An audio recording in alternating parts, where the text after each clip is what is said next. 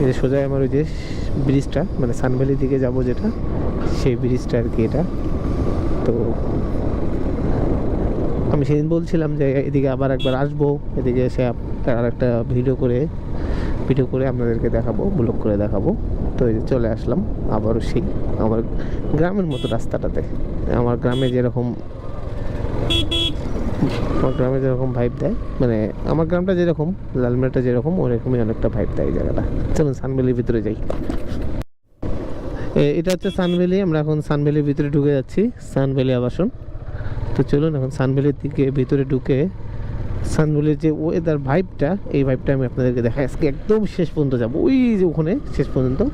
তো এটা অনেকটা রাজশাহীর মতো করে করছে। রাজশাহীতে যেমন অনেকটা কাছাকাছি ওরকম, কিন্তু রাজশাহীতে আলাদা জিনিস, এটা আলাদা জিনিস। হয়তো এখানে এই যে দেখেন বাল্বের ইয়েটা 1 2 3 4 5 এই 8টা 9টার মতো বাল্ব আছে এখানে।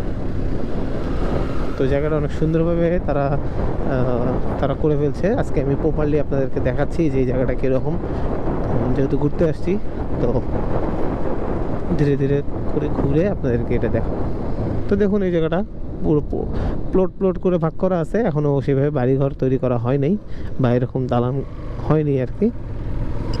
তবু এই জায়গাটা অনেক সুন্দর লাগতেছে, দেখে অনেক ভালো লাগতেছে আর কি। আশা করি আপনাদেরও ভালো লাগবে।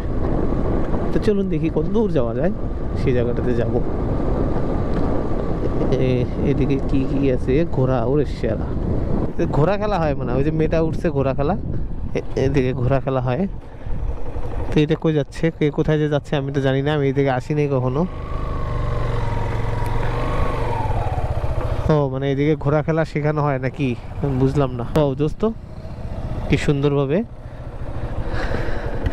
এই যে ঘোড়া খেলার একটা আয়োজন, দুজন মেয়ে ওইভাবে, মানে দুজন মেয়ে যে ঘোড়ার উপর উঠছে, খুব সুন্দর দেখা যাচ্ছে এই জায়গাটা। আসলে এই জায়গাটা অনেক ভালো, এই যে এই পাশটা এরকম, মানে এনভায়রনমেন্টটা যেটা আসলেই সুন্দর। এখন আপনারা অনেক সুন্দর একটা ভাইব দিচ্ছে এই জায়গাটাতে। আসলে এটাই সানভ্যালি। হয়তো এখন এমন দেখতেছি, আগামী 10 বছর পর এরকম নাও দেখতে পারি। তখন চারপাশে হয়ে যাবে, মানে চারপাশে বিল্ডিং হয়ে যাবে, তখন এর ভাইবটা অন্যরকম হয়ে যাবে। তো এখানে কিছুক্ষণ সময় থাকি, থেকে দেখি যে এর অনুভূতিটা একটু নেই, তারপরে এখান থেকে বের হয়ে যাব।